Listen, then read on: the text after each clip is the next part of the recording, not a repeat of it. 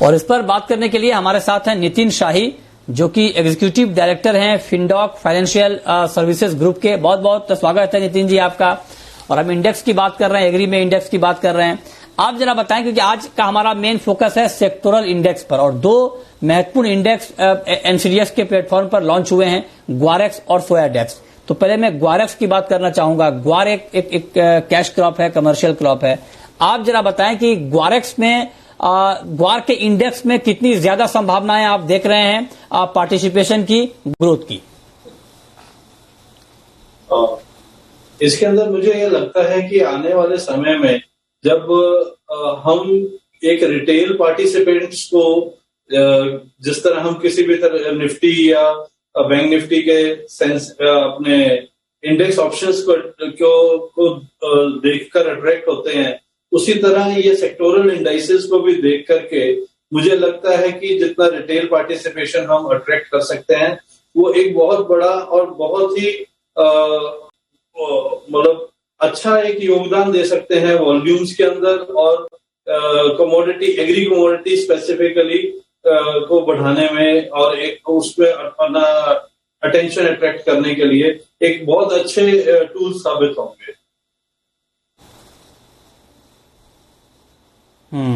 ठीक है। ग्वार है वो... एक सवाल मैं आपसे ये पूछना चाह रहा हूं कि चूंकि एक तो ग्वार का इंडेक्स लॉन्च हुआ है, दूसरा हुआ है सोया इंडेक्स, सोयाडेक्स। तो आप जरा बताएं, चूंकि सोयाबीन की जो फसल है वो तो एक तो एसेंशियल कमोडिटी में भी सोया तेल आता है, और बहुत बड़ा मार्केट है हमारा, और इस बार दाम भी बहुत ज्यादा बढ़े हैं।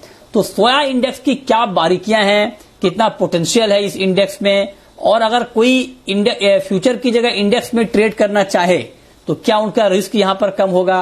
क्या यहां पर जो मार्जिन है उनको कम देना पड़ेगा? ये जरा आप डिटेल में समझाएं सर। तो ऐसा है, जैसे सोयाडेक्स और ग्वारेक्स दोनों ही अपने दो कमोडिटीज को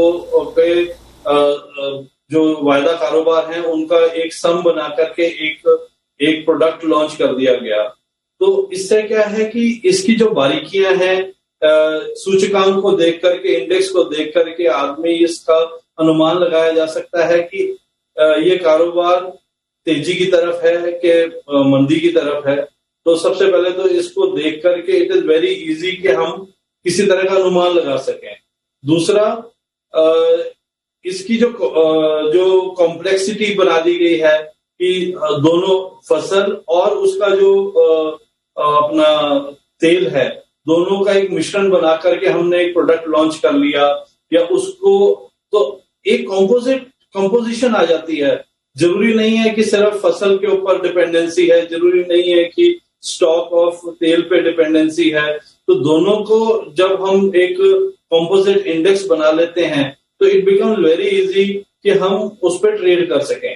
फिर आ जाती है बात इसका जो क्योंकि इसके अंदर दो कंपोजिट्स हैं, दो प्रोडक्ट्स हैं, और उनमें आपस में एक डिपेंडेंसी है दोनों प्रोडक्ट्स के ऊपर, सोयाबीन और सोया तेल में, वैसे ही ग्वार में और ग्वार सीड और ग्वार गम में। तो इस कारण इसके अंदर एक आपस में जो एक हेज है, जो कोरिलेशन है, वो बड़ा पॉजिटिव रहता है, बहुत ही ज्यादा पॉजिटिव रहता है। इन्हीं कारणों से, इस हेज के कारण, इस कोरिलेशन के कारण इसके ऊपर जो मार्जिन्स हैं वो इनकी कमोडिटी से कम है। तो कोई भी क्लाइंट जो इसके ऊपर आकर के ट्रेड करेगा, तो एक तो उसको एक्सपोजर ज्यादा मिलता है, और दूसरा इसके अंदर एक और फायदा है कि करंट मंथ लिमिट्स नहीं है, जो कि एक ट्रेडर को बहुत ज्यादा परेशान करते थी करंट मंथ लिमिट्स। ठीक बात है।